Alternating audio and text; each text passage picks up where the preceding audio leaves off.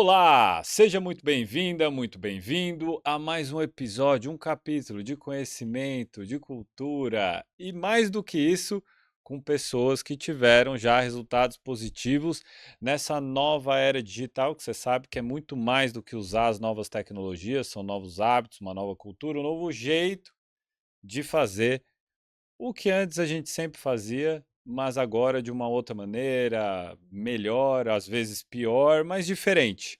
Por isso que eu trouxe aqui dois grandes caras que vão trazer muito conteúdo sobre o novo papel dessa liderança de tecnologia e de cibersegurança para você que queira entrar nessa área ou para você que está justamente nesse processo de mudança.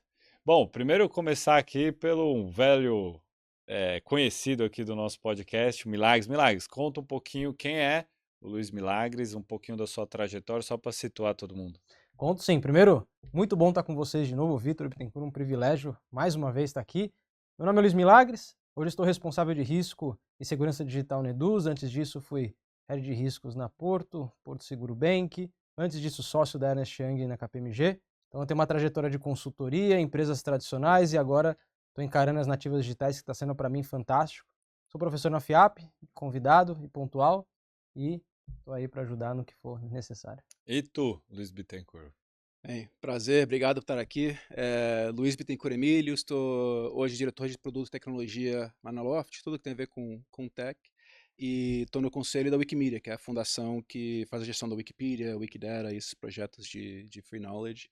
Brasileiro, nasci no Brasil, saí com 12 anos, morei a vida toda fora, perdi meu português, aí voltei há 4 anos atrás para reaprender. Passei pela Microsoft uma década, depois mudei para o mundo de startups, fui na Reddit, montei um time de Machine Learning AI na Reddit, primeiro algoritmo de Machine Learning na homepage lá.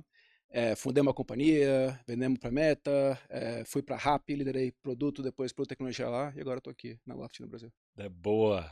Aqui é uma curva de rio, aqui é a rede, cara. A gente curva de rio de gente boa. Mas eu vou começar com você, então. O que a gente percebia no século passado, embora o século passado está muito próximo da gente, porque a gente fez uma transição recentemente, a gente viu que a segunda revolução industrial ela permeou uma série de empresas no sentido organizacional e separação de áreas. Então era muito comum você pegar uma área de tecnologia e você desmembrar ela em várias outras áreas. Eu vou pegar, no teu caso, você está com produto e tech, mas na maioria das empresas, produto está fora de tech. Segurança também aconteceu isso. Você vai pegar o pessoal de fraude, em algumas empresas está fora de cyber, proteção de dados também é uma célula à parte. A gente foi desmembrando tudo. Tem áreas dentro de algumas organizações que não separaram. Por exemplo, finanças. Você não vê tesouraria fora do financeiro, por exemplo, né? Mas outras acabou acontecendo isso. Se é, no teu caso, na tua visão, até a percepção de fora para fazer um depara com o Brasil, o que faz sentido juntar ou não no gênero tech? Cibersegurança tem que estar dentro de tech, tem que estar fora, produto. É. Então, é uma daquelas respostas que, né, sim e não. Uhum. Acho que muito depende do tamanho da companhia, o quão maior a companhia fica. Eventualmente, tudo vai chegar na mesma pessoa. Ou essa pessoa é o CEO, né, a CEO, ou essa pessoa é um líder, uma líder de tech, ou da disciplina, etc. A pergunta é onde que faz essa junção. O quanto menor a companhia, eu acredito que mais rápido você consegue mover, mais fácil ter menos pessoas líderes ali, e você vê uma mudança hoje em companhias grandes. A Microsoft acabou de anunciar um layoff de 9.000 pessoas ontem, agora já está com 21 mil no total nos últimos 2 anos, se eu estou contando certo. Grande parte nessa layer de middle manager, nessa gerência intermediária. Por quê? Você vai ficando mais grande, criando mais estrutura, etc. Agora, com o avanço que a gente está vendo em AI, também mudanças na expectativa de velocidade de interação em tecnologia, ter menos e menos pessoas líderes ali tomando decisões ajuda você a mover um pouco mais rápido.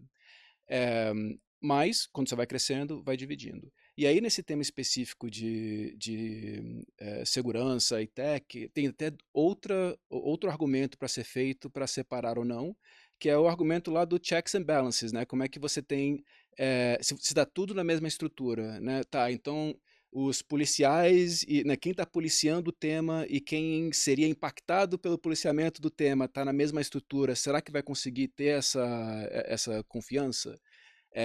Né, o time de legal, bem similar também, né? Temas de cibersegurança, infosec, etc. Legal está super envolvido ali. Quer dizer que tem que estar na mesma org? Será que ficar separado dá mais autonomia e mais quase uma carta branca para falar, não, se tiver alguma coisa que minha área de tecnologia está fazendo, que eu acho que está errado, que é arriscado, mas a tecnologia está fazendo porque vai chegar mais rápido e tem que chegar lá numa meta de negócio, quem que vai conseguir lá, né, pegar cara a cara com aquele líder, aquela líder para conseguir fazer esse cheque. Então eu vejo os dois momentos. Acho que depende muito do tamanho da companhia e também depende um pouco da área que você está e o quão crítico é ter, né, esse líder, essa líder de infosec, de segurança de dados, segurança de dados, etc., para conseguir deixar, né, o equivalente ali às áreas, né, esses checks and balances nos sistemas mesmo. Porque no Brasil até é um caso muito comum, área de produto receber, por exemplo, profissionais de marketing só pelo simples motivo de talvez comunicar melhor para business do que o cara de tech anterior, que ele não tinha um olhar de produto. Uhum. E também é muito comum ter uma área de cybersecurity apartada de antifraude, porque o antifraude está olhando algumas ferramentas que não necessariamente são tão comuns no universo de cibersegurança. Uhum. E aí que eu vejo que às vezes mora o perigo nesse ciclo decisório, de você, às vezes, pilotar algum produto sem um olhar, por exemplo, de cyber desde o início, que é muito que o Milagres prega. Só que olhando para cyber, o que então o profissional hoje, a liderança de cibersegurança, teria que fazer para estar mais inserida no business? Porque, ao meu ver, Milagres, o profissional de tecnologia, ali mais conectado com o produto, ele já fez esse movimento. Diferentemente de outros carnavais, que o cara era o que eu chamo de pizzaiolo. Ele recebia o pedido. Precisamos de um RP. Ele saía correndo atrás. Precisamos dotar o do sistema. Foda-se qual é o sistema. Ele ia correr atrás e entregava 5 opções de pizza. Agora mudou. O cara tá com um olhar para como é que eu vou aumentar a margem ou criar uma nova linha de receita. Mas e o profissional de cyber? Como é que conecta mais ao business? Ou vai continuar sendo zagueiro ali? Se tiver no campo, né? Se tiver no campo, sendo bem sincero, acho que esse movimento, até do Bittencourt, quando você conecta produto e tecnologia, ele é muito interessante. E eu acho que está mudando, né? Eu acho que é um movimento que vem acontecendo pela capacitação de alguns profissionais que falam assim, eu vou falar de produto porque é a oferta principal com foco no cliente. Então eu vou fazer da tecnologia ser o produto e fazer um ecossistema de valor. O de segurança ainda, na minha visão, e aí eu sou bastante crítico, porque a autocrítica serve para a gente ter um ponto de partida, está atrás. Ele ainda não dialoga dessa forma. Então, por exemplo, quando eu falo assim, vamos lançar um produto com segurança, eu não estou com uma lista de requisitos, não é isso que eu estou falando. Eu estou falando para a gente ter uma preservação de credibilidade e imagem. O exemplo que eu gosto de dar, eu vou ser meio repetitivo. Quando tiver uma ideia de produto para fazer MVP e tiver com pouco dinheiro, e falar assim, mas eu só quero provar que um carro vai de ponto A a B. O cara de segurança tradicional fala assim, mas você precisa de airbag, freio, tá, mas você não tem dinheiro. Qual é o MVP? Não é provar do ponto A ao B? Tira o freio. Eu entro no carro contigo. Só que a gente vai estar numa pista de aeroporto, espaço, baixa velocidade, o ponto A a B está aprovado, concorda? Ô Milagre, eu quero mais velocidade. Aí você vai fazer uma pergunta, você quer sobreviver? Queremos, o negócio, o produto precisa sobreviver, então eu sugiro um freio. Mas se você já está me pedindo mais velocidade, significa que algo tracionou. Alguma coisa já está gerando receita, alguma coisa já está sendo entregue de valor. Essa é a visão de segurança que eu gosto de dar. É a habilitadora. E aí eu sento na mesma página do produto, da tecnologia e aí sim da segurança, quando eu falo de ninguém compra de quem não confia. Então, desde o MVP, vamos trazer credibilidade? Vamos mostrar que esse produto é confiável? Não sei lá que bits e bytes a gente vai colocar para isso. Mas na prática eu quero habilitar, porque o sucesso do cliente no meu produto também tem que ser meu foco. Aí que tá. A gente está focando nisso? Nos diálogos que eu tenho de conselho, é muito comum um CTO também não ter isso. Vamos colocar só o cliente no centro e ter um diálogo de oferta de produto para ele? o CTO já dá um passo para trás, porque ele nem sabe quem é o profile, quem é o perfil do cliente. Ele ainda não todos os casos, não estou generalizando, pelo amor de Deus. Mas ainda acontece. Com o CTO, o de segurança vem por trás ainda, fala assim, cara, mas não, tem que ter 2FA, tem que ter criptografia. O cara de produto já pega o celular, o CEO já atende uma ligação, por quê? Apesar de todo mundo entender que é um assunto importante, ninguém quer negligenciar isso, a forma de se lidar com isso é muito chata. Então, eu gosto disso porque transforma de uma forma legal. Riscos nós conhecemos. Imagem, credibilidade também é fácil de conectar. Na prática, a gente trabalha na frente do palco com o que você domina de produto, o que você necessita de SEO, e por trás dos bastidores, aí eu falo meus bits e bytes. Aí a gente fala de código seguro, aí a gente usa nossos termos, mas para frente do palco, o propósito é o mesmo. Sucesso do cliente no nosso produto e um produto de credibilidade que gere receita. Cada um na sua posição, aí a gente joga no campo. Aí sim eu posso falar que eu entro no campo para ser ou a defesa, ou um volante, ou até um goleiro, desde que não tome gol debaixo das pernas. Né? Eu acho que esse é o caminho natural de qualquer liderança de área que quer, inclusive, assumir o cargo de CEO, né? Se você olhar no mundo, esse cargo ele já está sendo ocupado por profissionais oriundos da área de tecnologia mesmo. E cyber, para mim, teria que ser natural isso também, para alguns segmentos onde cyber é quase que o core. Você vai pegar hoje a PayPal no Brasil, é um grande antifraude, é um antifraude mundial, né? Você vai pegar birôs como ClearSale também, você vai pegar qualquer outro negócio que envolva, em algum sentido, um aspecto de segurança, o CISO teria que assumir esse papel, mas infelizmente eu não vejo ele ter isso que você está colocando aí, desse olhar viabilizador. Eu vou tentar fazer um paralelo. Lá em meados de 2014, 13, a gente lá no iFood consultou, vou dar um número aleatório aqui, 10 escritórios para falar, ó, eu posso ter esses entregadores aqui conectados? De 10, 9 falaram, putz, não pode. Desse jeito aí não pode, isso aqui é motofrete. Nesse percentual que eu estou falando, falou assim, olha, não pode, mas tem espaço, pode dar problema, mas tem espaço para inovação legislativa. Pô, é isso que eu queria. Como é que eu vou inovar? O que então eu preciso mudar no aspecto legislativo para eu conseguir mais segurança jurídica? Pô, é uma cabeça diferente, né? Uma cabeça pô, eu tô aqui porque, pô, eu tenho que mostrar pro cara que eu sei e falar assim, pô, deixa que eu toco e por isso eu não viabilizo. Fala, pô, acabou. Aí o outro que ele tenta falar, pô, tá bom, eu tenho que mirar o crescimento do negócio, como é que eu chego lá, né? É... Isso é chave. Ontem eu estava numa conversa com o Head Legal lá na Loft, o Bergamo. Cara ímpar, adoro trabalhar com ele por causa disso mesmo. Ele é um viabilizador, né? A conversa que ele mandou, ele enviou uma figurinha lá, um cara com uma camisa NAAS, No as a Service, né? Ou seja, não como serviço, como se o trabalho dele fosse para falar não. Isso, minha irmã é advogada, então, como advogado, a coisa mais fácil para você fazer é falar não. Seu risco é zero, provavelmente zero. Se você fala não para não fazer alguma coisa, não viabilizar, seu risco está zero. O que é difícil é isso, entender como, né, o porquê ou qual o risco, né, essa parte da viabilização. Eu acho que para chegar aí, né, eu me pego cada vez mais e mais falando com ele, não como head legal, né, eu não chego para ele e falo, cara, tá aqui um negócio, é contra, não, a lei é regulamentação. Eu falo como, cara, tá aqui uma coisa que a gente vê como uma oportunidade. E tem uma funcionalidade que a gente tem de assinatura digital na Loft que ele ajudou a co-criar, ele virou head de produto ali, porque ele entende muito mais do tema, fala, cara, a gente precisa disso, disso e disso aqui, ele faz contratos todo dia, é a vida dele. Né? Então o produto de contratos faz sentido ter ele como stakeholder, né? E ele entrou nesse papel. Então uma coisa que eu penso na liderança de hoje em dia e também para o futuro, esse negócio de, né, tem o C, uma letra e o O, né, o diretor não sei o que, executivo. Essa letra do meio, ao longo do tempo, importa menos e menos. Eu me apresentei como diretor de tecnologia, menos e menos me penso como isso. Eu falo para as pessoas, cara, eu não sou um executivo de produto, não sou executivo de tecnologia, de engenharia. Fiz computação de engenharia, mas faz 20 anos atrás, né?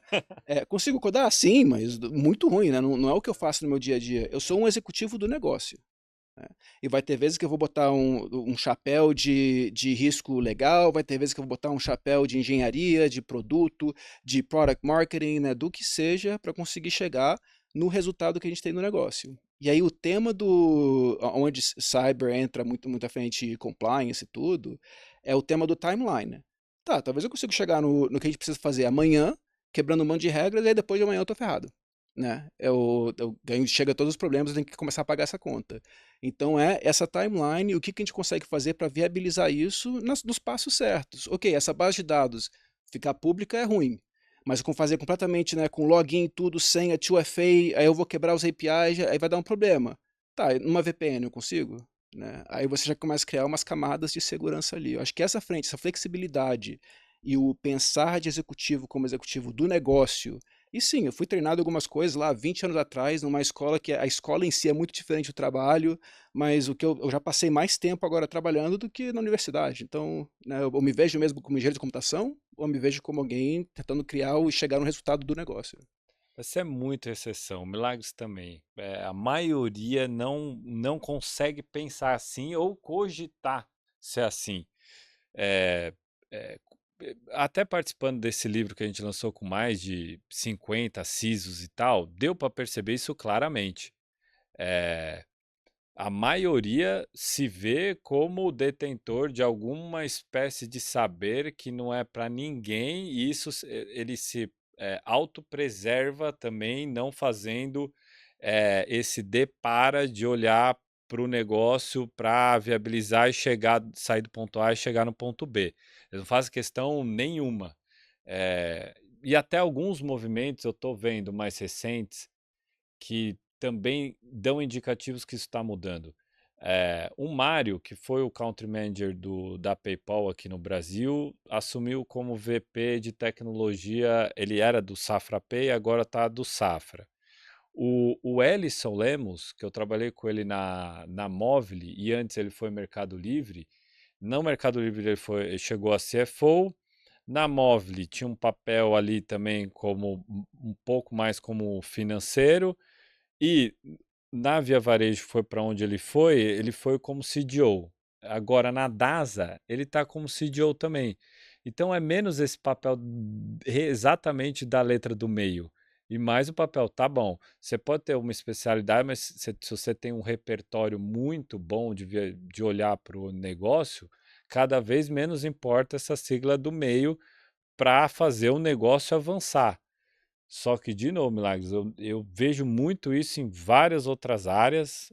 E assim, só para não isolar muito o profissional, a liderança de cibersegurança, o cara de finanças eu também vejo que está perdendo muito espaço. Porque a visão do pessoal de finanças, só para comparar e tentar diluir um pouco isso. É, quando eu falo com a galera, seja de tesouraria, seja do financeiro, FP&A, qualquer um, ainda é muito uma lógica de corta, corta, corta para fazer mais com menos e ganhar eficiência. Já o olhar de tech tá bom, eu tenho isso, mas posso criar uma nova linha de receita com produto, se ele olhar business. Uhum. Esse cara de finanças também ele está muito ainda ali nesse tipo de visão, né? É, já o pessoal de cyber, ele não consegue se conectar, tá? Você deu alguns exemplos de conexão, mas qual é o início disso, assim, independentemente de ter o C na frente ou não, porque são poucas empresas que têm CISO de verdade. Uhum. Até hoje, até hoje eu vejo o cara sei lá, o cara é gerente, mas ele fala que é CISO. Meio que virou um senso comum, mas para mim pouco importa. É o cara responsável por segurança. Por onde começar? Qual que é o primeiro passo? Vou contar uma experiência super recente. Eu tenho ido, você sabe disso, contar para o Bittencourt, em eventos, eu estou evitando eventos de segurança, exceto se eu posso levar uma mensagem que ajude nossos colegas, e estou indo muito em eventos de produto, marketing, VTEX, Web Summit, whatever.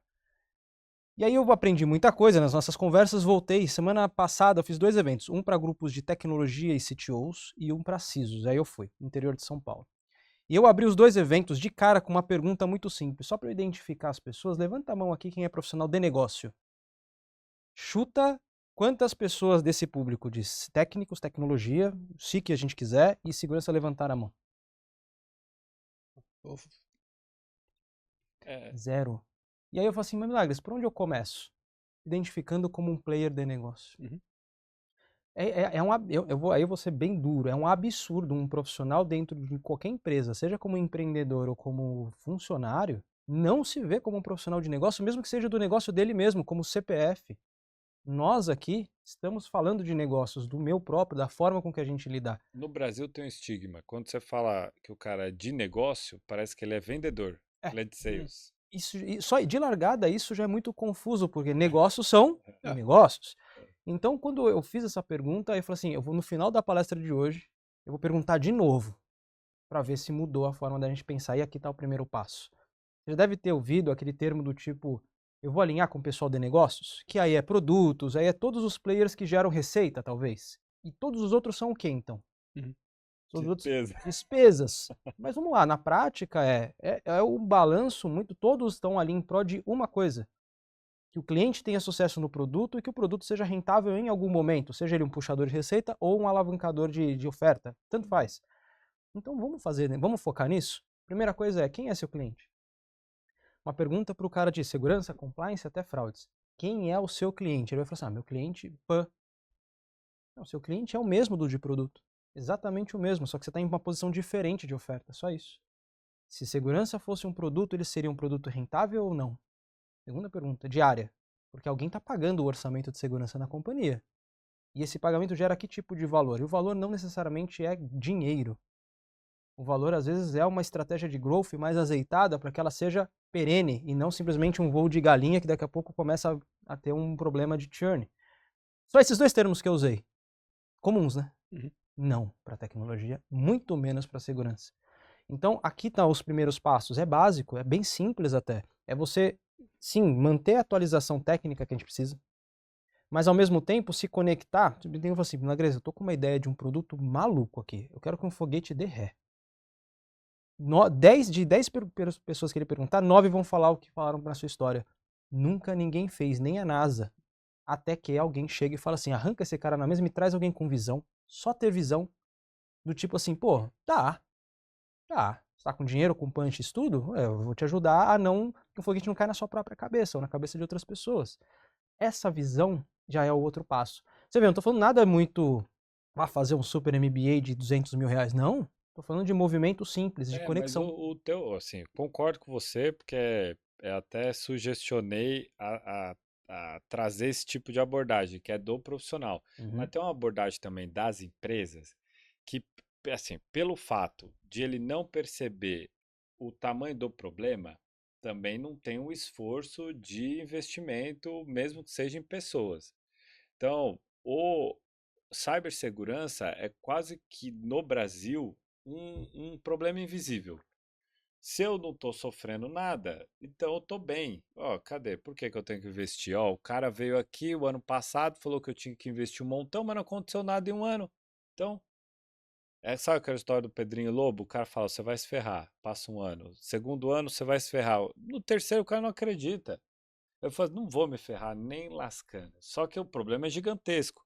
A gente está conversando aqui bem no dia seguinte um baita cyberataque no Banco Central Uhum. via a CIM Software. Eu Uhum. conheço bem a CIM, tá? Lá em 2016, mais ou menos, eu posso estar enganado, 15, 16. É, quando, a- quando as empresas, os marketplaces, foram considerados subcredenciadores, só tinha duas plataformas que faziam a mensageria disso para a CIP, né, que é a Câmara Interbancária de Pagamentos. Era a RTM, que era da IBM, e a CM Software.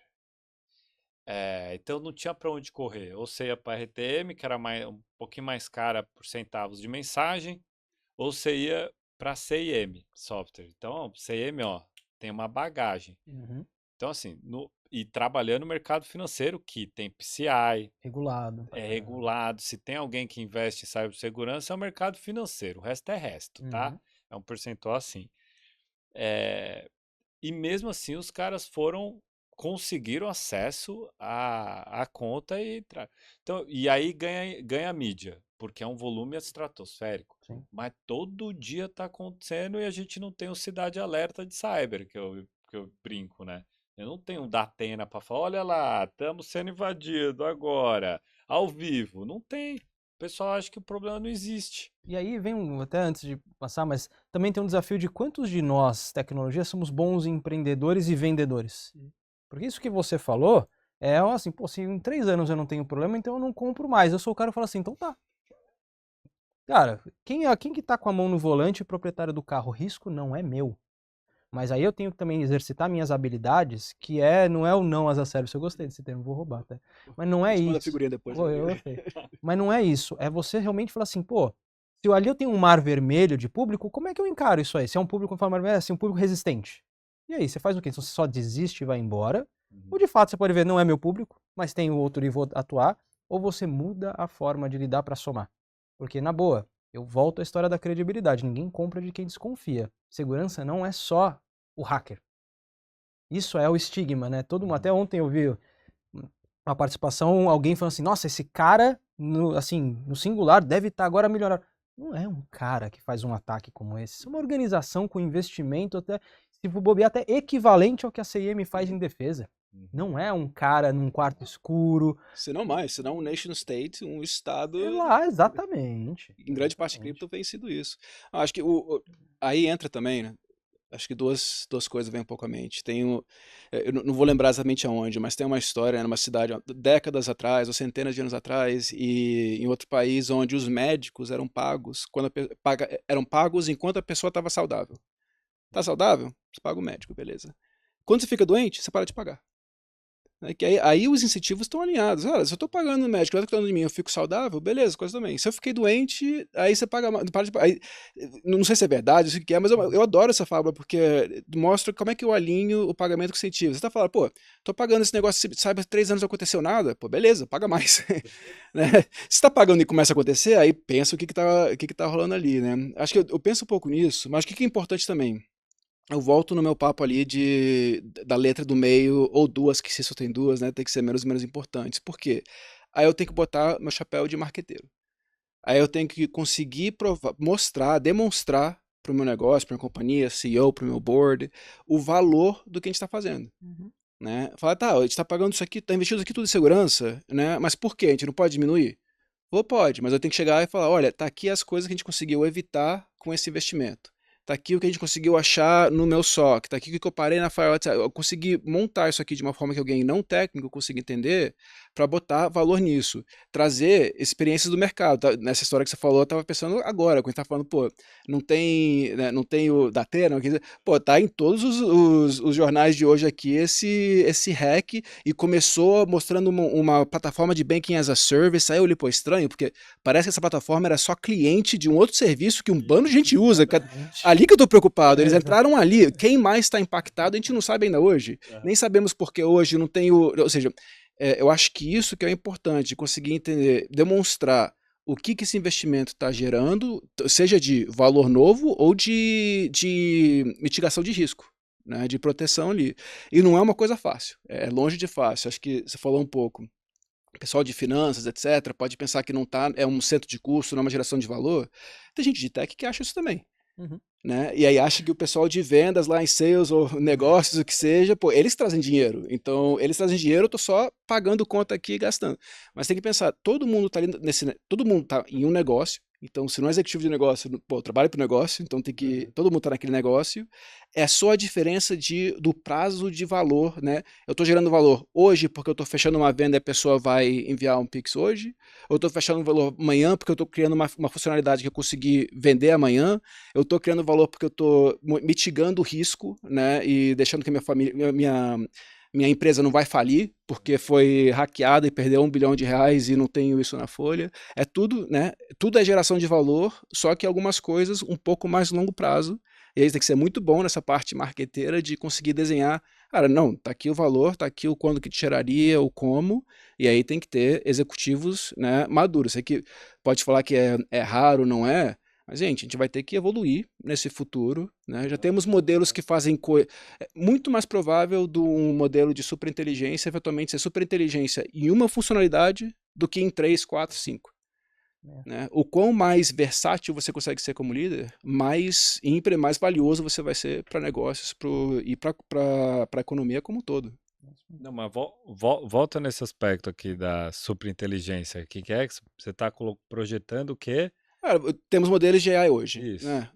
Fazem coisas bem básicas, simples, que tecnologia não fazia antes. Aham. Acho muito raro eu falar faz alguma coisa melhor do que o humano em alguma coisa específica. Acho raro. Talvez é melhor do que uma busca, né, um Google Search, o que seja uma busca do passado, mas eu não vou contratar ainda um modelo que seja hoje e trocar um humano por isso. Isso é a mesma coisa daqui a 5 anos, 10 anos? Acho que as coisas vão mudando, né? Aham. É igual, no começo você estava falando, né? É a quarta revolução industrial que a gente está vivendo aqui ao vivo. É. Eu, né, tô nos meus 40 anos, nunca trabalhei no mundo sem internet. Mas eu vejo, falo com os meus pais, cara, tinha mundo sem internet, que você tinha lá, a sua inbox era uma caixa na sua mesa que o cara chegava, deixava um papel, e a outbox era quando você terminava, botava lá, e aí vinha alguém e pegava o papel, era tudo físico, você datilografava coisas, né, as coisas moviam em outra velocidade. Aí eu sempre na internet, para mim, inbox, outbox, etc, e-mail, envio, chega para você, não importa onde você está no mundo, um segundo depois.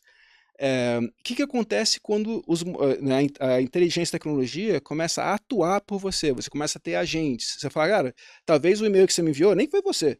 Foi um modelo treinado em você que falou, cara, isso aqui é fácil, eu vou responder aqui, não vou atrapalhar o Vitor com esse tema aqui de scheduling, né, de marcar uma calendário, etc. Isso vai evoluir. Vai ter um tempo que eu acho que esses modelos vão ser melhores do que eu em coisas que eu faço. Então eu vou querer fazer, eu vou querer delegar, eu vou delegar. Né? Mas o quão mais versátil eu sou como humano, acho que é quase uma tautology, né? Se eu sou versátil, é mais difícil para o modelo conseguir fazer tudo que eu faço ao mesmo tempo. Sim, sim, sim. Então acho que essa versatilidade, a versatilidade do ser humano e a adaptabilidade é a razão de a gente estar aqui hoje como a espécie dominante nesse mundo. Né? Não é que a gente, a gente não é o mais forte, não é o mais rápido, é o mais versátil.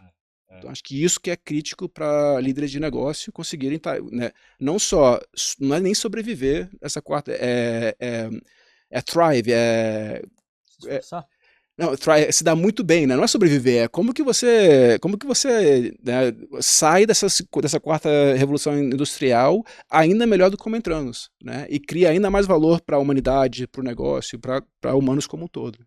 É, usando algum tipo de imagem, vai se dar bem quem tem o maior cinto do Batman possível. Bombinha de fumaça, pode ter um cara só de bombinha de fumaça, cordinha só cordinha, lanterninha, mas ter o cinto completo ali para tentar encaixar o que funciona melhor, conectar pontos diferentes, que talvez que vai ser de fato o maior valor agregado nosso, né, perante esses avanços. Exato. Isso até é uma coisa histórica na humanidade. Se você pensa um pouco, né, você começa a citar o nome das pessoas mais, né, renomadas no mundo intelectual. Você fala de Einstein, vai falar de Isaac Newton, né?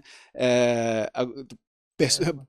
Tesla, ou seja, tem algumas mais controvérsias de hoje em dia, mas se você olha o que elas fizeram para chegar lá, não é que nenhuma dessas pessoas era um super gênio só de um tema. É, Em quase todos esses casos, eles pegaram coisas de temas completamente abrangentes, vou pegar isso aqui de biologia, isso aqui de física, juntar e criar um teorema novo. é isso. Né? Foi. Tesla não inventou nada, não inventou baterias, não inventou carros, não inventou, ou seja, mas botou essas coisas juntas de uma forma diferente e chegou onde chegou hoje. O foguete de ré, né, a mesma coisa, não inventou nada disso, juntou várias tecnologias de uma forma diferente, né, simplificou e conseguiu botar uma Topou coisa. alguns riscos. Exato, topou riscos gigantes. Ainda está explodindo foguete Sim. todo dia, É, basicamente, né? Explodiu 1 ou 2 semanas atrás, mas está aprendendo, iterando e evoluindo. Acho que quem fica parado vai morrer nesse mundo, não tem futuro. Não, mas é exatamente isso, né?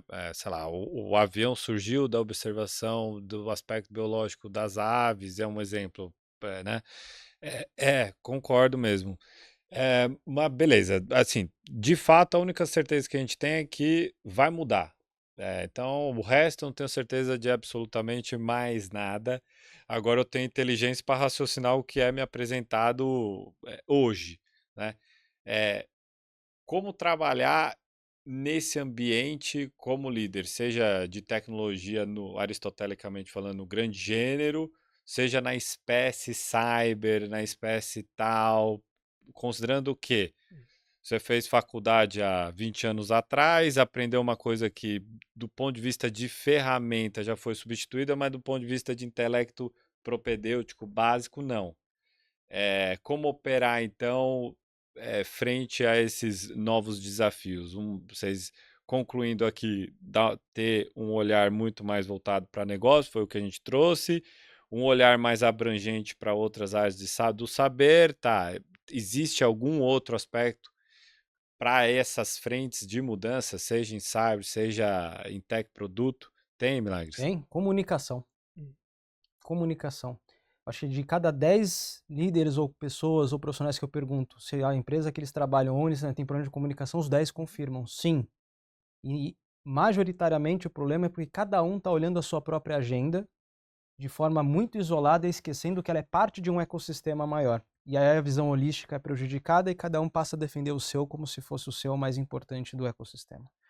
Por exemplo, uma frase muito simples. Eu já vi pessoas falando que a empresa sem segurança não avança. Eu já vi empresa sem segurança avançar. Ela pode não ir longe. Uhum. Ela pode não ir longe. Mas eu nunca vi empresa sem produto avançar. Nunca vi. Na verdade, eu acho que tem 3 pilares de uma empresa que se um deles falhar, a empresa para. O produto, o marketing com o comercial e finanças. Se finanças parar, ela quebra mesmo que o produto e o marketing sejam fabulosos. Se o produto for uma porcaria, ele não vende. Se o marketing for fabuloso e o produto ruim, perde credibilidade. Aí eu começo a ter uma conversa legal. Como é que eu ajudo isso aqui a ser sempre uma oferta de valor? Dentro daquilo que a gente domina. Comunicação. Volto ao estágio da comunicação simples, de compreender. Itens básicos que a gente, às vezes, como a gente está muito avançado, até às vezes dentro de a gente está sempre usando novos jargões. Vamos lá, o básico é sempre que um produto é uma solução para alguém que está disposto a pagar ou até usufruir daquilo. Basicamente falando, como é que eu ajudo isso então? Porque se o produto der certo, ao invés de eu focar no lucro, eu foco no que causa lucro, que é o potencial cliente. Mas aí eu tô falando de, olha como a gente... Só que o cara de tecnologia, às vezes, segurança, está distante dessa persona.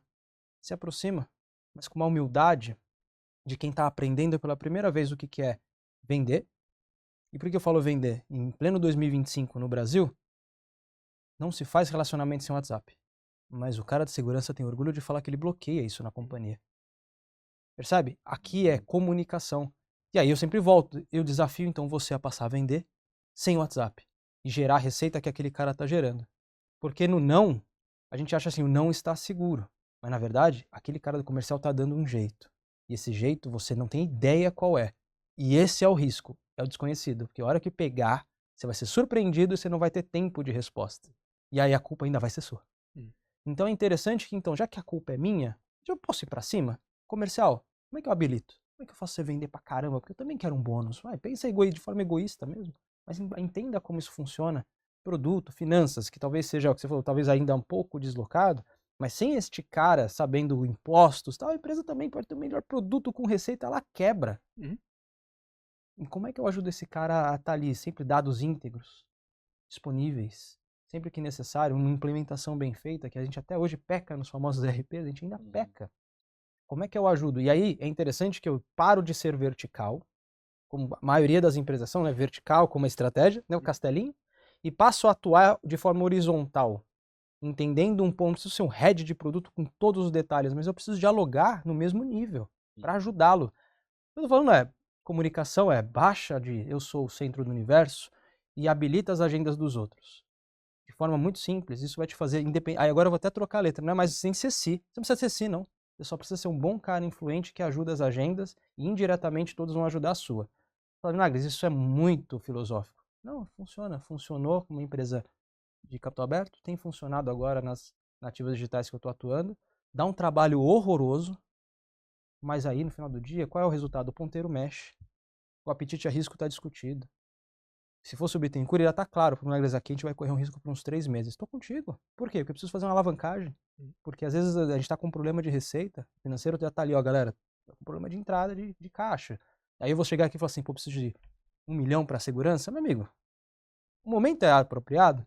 Às vezes eu tô com uma dívida 3 vezes emitida, você quer pedir dinheiro? esse detalhe da comunicação escapa um pouquinho. E acho que aqui a comunicação, se a gente azeitar para o outro, igual a gente está fazendo aqui, acertar para você, a gente começa a sair do lugar. Minha visão, não sei se vocês Uhum. concordam. Não, O que que você acha? vai parecer comercial, né? A gente tá com um livro ali na mesa escrito RH e tecnologia. O que tem a ver RH com tecnologia, né? People, tecnologia, são áreas diferentes, aí tem outros também, pô, produto, tecnologia, só a mesma coisa. Isso aí o pessoal já entende mais, mas RH e tecnologia. Eu penso um pouco, como é que eu acabei no Brasil? Passei muito tempo fora, por isso que, desculpa as palavras aí em inglês, na trava uma hora ou outra, mas é, por que que eu acabei no Brasil? Quando eu estava na Microsoft, eu fiz a primeira coisa lá, lancei a primeira versão do Excel Online, Office no iPad, no iPhone, coisa que é bem legal. Mas a coisa que mais me deixa orgulhoso, assim, como pessoa mesmo, foi criar o pipeline de recrutamento da Microsoft no Brasil, né? E o tanto de gente que a gente conseguiu dar oportunidades, né, ímpares naquela época, 10, 15 anos atrás, ofertas que você não conseguia competir aqui no mercado local. Pô, me deixa super orgulhoso. Eu fiz matemática depois para ver quantas pessoas conseguiram, a gente contratou e tudo naqueles 10 anos que eu tive lá, pô, bem legal. Mas, né, quando eu penso um pouco, tem o Brain Drain lá que eu criei, que como não tinha essa indústria aqui ainda naquela época tão crescente, eu estava pegando as melhores mentes, levando, e eu vim aqui para fazer o oposto disso, começar a ajudar a ter uma parte, mesmo que mínima, em criar, em crescer a indústria tecnológica do Brasil. Esse negócio de recrutamento, time, etc., a pessoa pensa como RH, né? Eu criei lá a Career Ladder, né? O sistema de performance review, de feedback, de gestão de talentos, e tudo que todas as companhias que eu trabalhei depois, levei isso também. Tá, eu não deveria fazer isso, porque eu não sou de RH, não sou de people, não fui formado. Não, são pessoas, isso aqui é uma coisa importante, quando é importante fazer, eu vou entrar e vou fazer.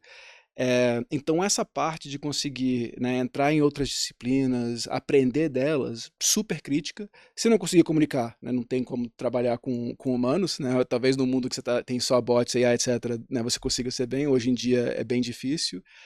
Mas eu diria, né, até 2 anos atrás, eu falava para todo mundo, se você quiser melhorar como líder de negócio, né, executiva de negócio, não é fazer mais curso na sua disciplina, vai aprender nas outras. Aham. Se você é em tech, faz marketing, se está em people, faz tech, faz vice-versa. A única coisa que eu dou um asterisco agora em 2 anos, todo mundo tem que entrar e fazer AI. Uhum. Isso vai mudar todas as disciplinas, tudo como a gente trabalha, todo mundo tem que fazer isso. Depois disso, chama isso de tech do que seja, vai aprender outras disciplinas. Senta com a pessoa de legal, senta com a pessoa de compliance, de cybersecurity, de infosec, e tenta entender, né, dessas disciplinas diferentes para você conseguir ser a pessoa que pega delas e bota os Legos de uma forma diferente, monta uma coisa inovadora para o futuro, né, pegando de todas elas que funciona para todo mundo. Sabe o que acontece quando o cara tem uma veia empreendedora? Quando ele começa a fazer isso, ele começa a ver oportunidade um monte de área. Fala assim, Uhum, caraca, se eu tivesse um produto aqui em casa, não é nem técnico, às vezes é um produto processual, um uhum, ajuste de eficiência, eu acho que eu vou ficar rico. Porque você tem uma outra percepção que aquela galera também está muito entranhada e não percebe. A gente discute às vezes de vez em quando, eu falo, caraca, isso ali é uma oportunidade. Os provedores de serviço não estão enxergando tal coisa. Por quê? Porque você sai, uhum. você vem e você começa a ver chance e oportunidade em tudo. Enfim, Não, fica a dica. e eu vejo também um agravante disso que você está colocando, que, é, bom, recentemente, conversando com o meu irmão que está cursando desenvolvimento de jogos numa faculdade na Vila Mariana, a gente entrou nesse papo de é, e assim, ele foi categórico, minha escola inteira é contra isso. Hum. Não pode usar. Aí, mais recentemente, eu abri uma vaga de tech, aí peguei alguns estudantes para entrevistar. É, bom, todos eles categóricos, assim, a escola é contra o uso de IA. É, sem fazer tanto juízo de valor, até entendo o motivo pelo qual há uma tendência de negar para aprender o modus operandi ali do básico, médio, para você tentar enxergar aonde que pode estar o erro na resposta de uma IA. Beleza. Porque como você disse mesmo, assim, a IA ainda não entrega, não está na supra AI a ponto de entregar alguma coisa que hoje nós humanos, especialistas em algum assunto, com anos de experiência, conseguem entregar. que é o mesmo dilema da Revolução Industrial, no sentido do alfaiate entregar muito melhor que a indústria têxtil, por exemplo. Óbvio que o alfaiate, né, vai entregar uma coisa personalizada para mim, só que a indústria ganhou, porque é efeito de escala. Então, se eu transpor para cá, pô, não dá para não olhar, ser tão reativo de não olhar.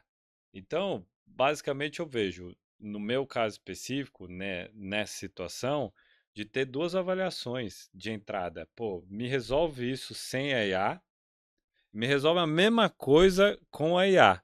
Para eu ver se você sabe resolver sem a IA, pô, com a IA você vai fazer vezes 20, né?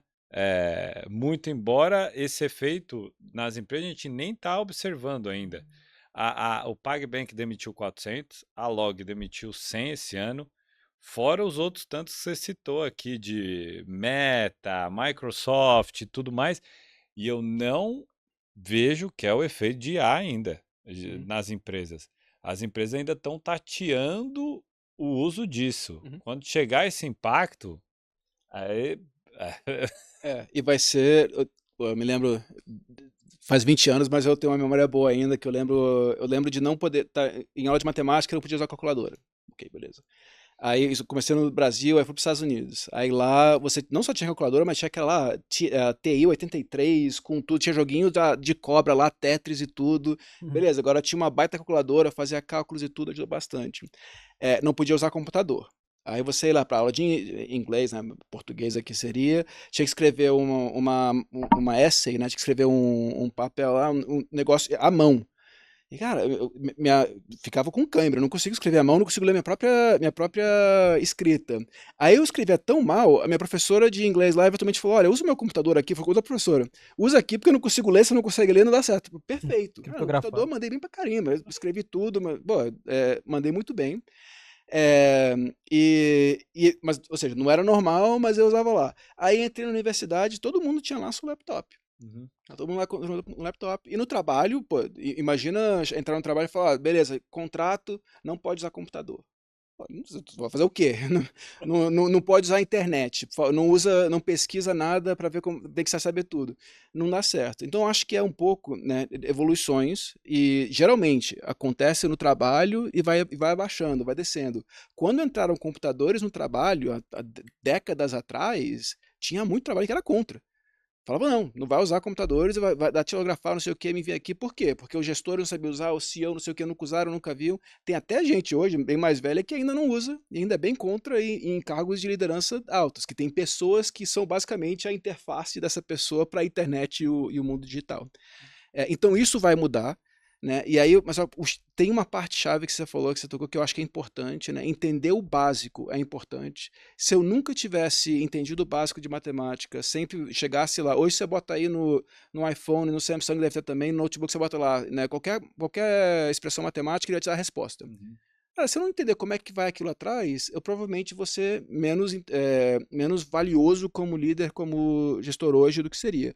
Eu preciso chegar lá e fazer a prova matemática de por que o integral de, né, isso aqui é isso aqui. Não precisa. Mas eu preciso saber como é que funcionou, como é que está chegando nisso e por que que deu certo, para também ver, uma hora ou outra, quando a tecnologia está errada, ou eu botei os inputs errados, eu consigo checar, não, peraí, com esses inputs, isso que saiu, isso que eu botei, isso que saiu, algo está errado, eu vou ter que investigar um pouco mais. Você tem que ter um pouco básico, mas se eu entrar em qualquer universidade que fala ao longo dos seus estudos aqui todo, não pode usar AI, eu já estaria preocupado. Eu pensaria duas vezes e falar: cara, se você fala: não, vou ter algumas aulas que eu vou precisar trabalhar sem, né, e aí eu vou fazer esse teste, né, lado a lado com, etc. Mas deveria ter uma aula de AI, deveria ter uma aula de LLMs, de modelagem, de como usar isso dia a dia, como que funciona, como que não funciona, prompt engineering, é um mundo. É igual falar: cara, você não pode ter celular, você vai ser vendedor no WhatsApp, vai ser vendedor, não pode ter celular, não pode ter laptop. Boa sorte vendendo, não sei como é que você vai fazer. Não, é porque existe de verdade alguns cursos que são de ferramentas e cursos que são de construção de pensamento, né? Então, ciências sociais, biológicas, exatas e derivados em engenharia, SI, sistemas de informação e tal, e assim por diante. cursos de ferramenta, aí o cara não tem como, ele vai ser contra. Ah, eu tô fazendo um curso de Java. Se vier Python, não, a gente é Java. Mas vai evoluir, daqui a pouco não é Python, mudou de novo. Aí o curso do CapCut não é mais CapCut, cara. O que você aprendeu é uma ferramenta. Se vai substituir a lança por uma arma, é ferramenta as duas, né? Mas eu entendi o seu ponto. Seu ponto muito, para mim foi no sentido, ó, pô, às vezes não vale a pena você provar que mata o leão com a mão. Já pega a lança logo, vai ser o mais produtivo é É, a eu, lança. eu, Exatamente. eu preferiria fazer um curso de programação do que o curso de uma linguagem específica.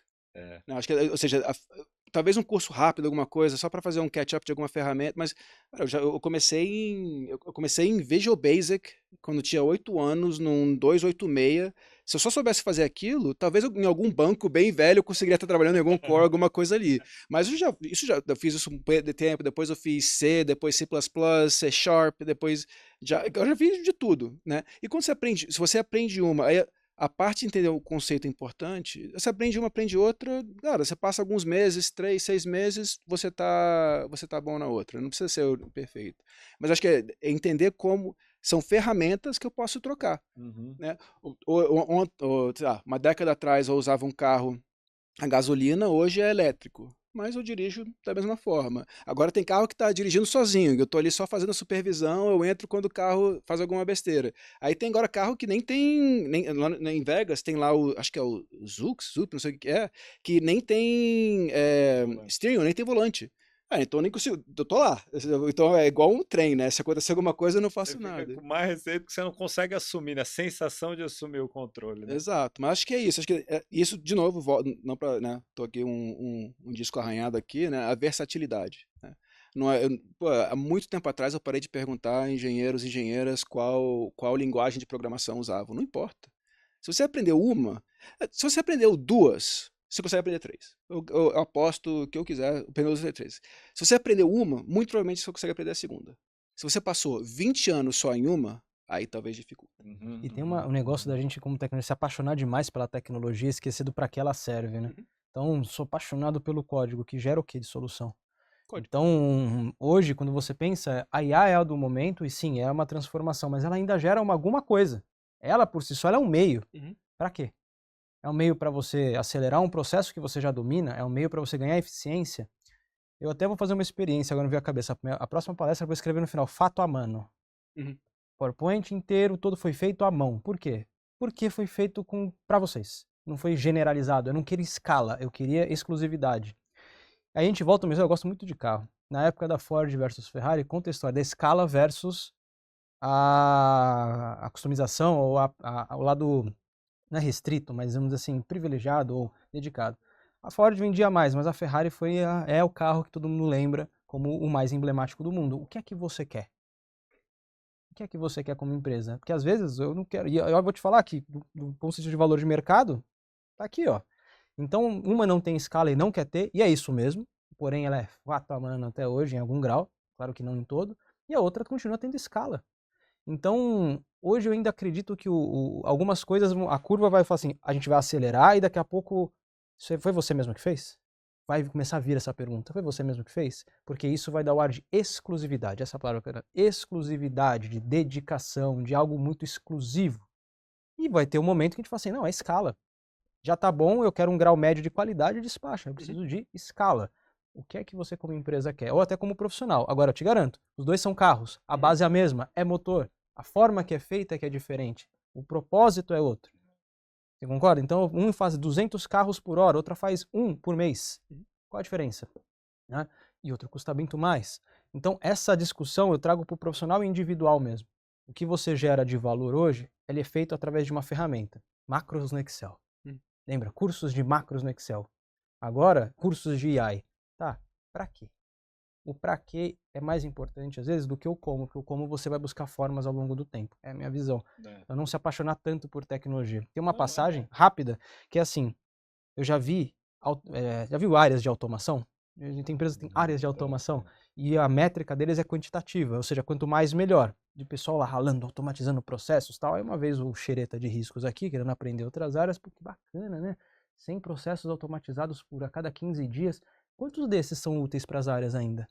Ah, não, o pessoal só pizza. Só coloca aqui e a gente automatiza. William, na área, esses processos aqui que automatizaram, vocês estão usando? E a gente nem usa mais. Olha que interessante. A paixão pela tecnologia levou a um gráfico quantitativo que gerava 0 valor porque as pessoas não usavam mais aqueles processos. Olha que loucura. Falha de novo de comunicação. Quanto gerou de prejuízo ao invés de eficiência para a empresa, então? A hora daquela automação. Então você vê. Mas vou falar que eu acho que a maioria das empresas não tem ainda essa visão. Se a gente entrar agora no LinkedIn e ver qualquer vaga de tech, aqui, pelo menos no Brasil, é uma cartela de bingo gigante. Putz, cara, assim, ele vai somando as ferramentas e ele não cancela as anteriores. Então, no Java, Python, vai só somando. Ninguém preenche essa cartela de bingo, ninguém grita bingo. A verdade é essa. Eu só contrato, eu falo, pô, se você sabe duas, três, que nem o Luiz falou, pô, sabe o resto, vamos aprender o resto. Se precisar, você vai ter que aprender o resto. Pô, a gente é privilegiado. A nossa geração mesmo, que é essa que viu a internet fazendo barulhinho para os nativos digitais. Porque, por exemplo, né, na AI generativa, todo mundo tá na mesma largada. Tá para todo mundo aprender, tá todo mundo olhando ali, tem uma faixa para correr. Só que tem gente que se permite, gente que não se permite, né? Se você não fez nada até hoje, você tá no máximo 2 anos atrás. Basicamente. Eu concordo. Eu concordo. Não, 100%. Acho que eu sempre rio quando eu vejo nas inscrições lá de vagas e tudo. 5 anos de experiência. Cara, o que aconteceu? Eu tinha 4 anos e 11 meses. O que aconteceu naquele próximo mês que agora sim eu tô vendo? Mas como é que você pega isso e tira esses checkboxes e pensa, não, mas o que eu tô pedindo mesmo? O que eu espero que a pessoa com 5 anos de experiência tenha? E aí vamos falar disso, né? Vamos focar nessa parte. Essas vagas viraram mais, igual, é tudo SEO hoje, é tudo otimização. Vou botar todas as keywords que eu vou botar aqui para se algum recrutador, alguma recrutadora está buscando para isso, vai achar meu currículo e eu vou ir para cima, né? É bem pouca substância. Já vi vaga para C-level que diz tem que ser fluente em Microsoft Office. Pô, se você chegou numa conversa para uma vaga de C-level e não consegue usar o Word, Excel, nossa, isso alguma outra coisa tá quebrada.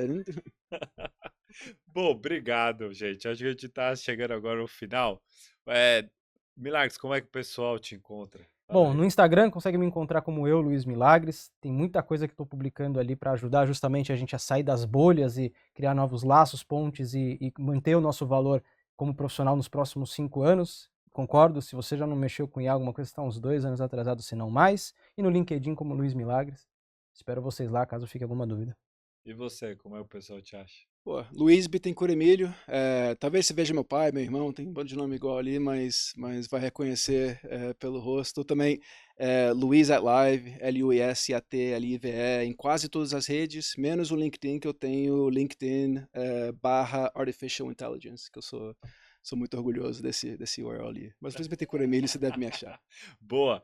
E se você não encontrá-los, pode entrar em contato na rede, que com certeza a gente conecta, tá bom? Não deixe de se inscrever, deixar seu comentário, porque a gente se baseia em dados aqui também. A gente pode pegar a sua sugestão e seguir adiante e assistir os outros episódios, que eu tenho certeza que você vai aprender bastante, tá bom? Até a próxima, valeu!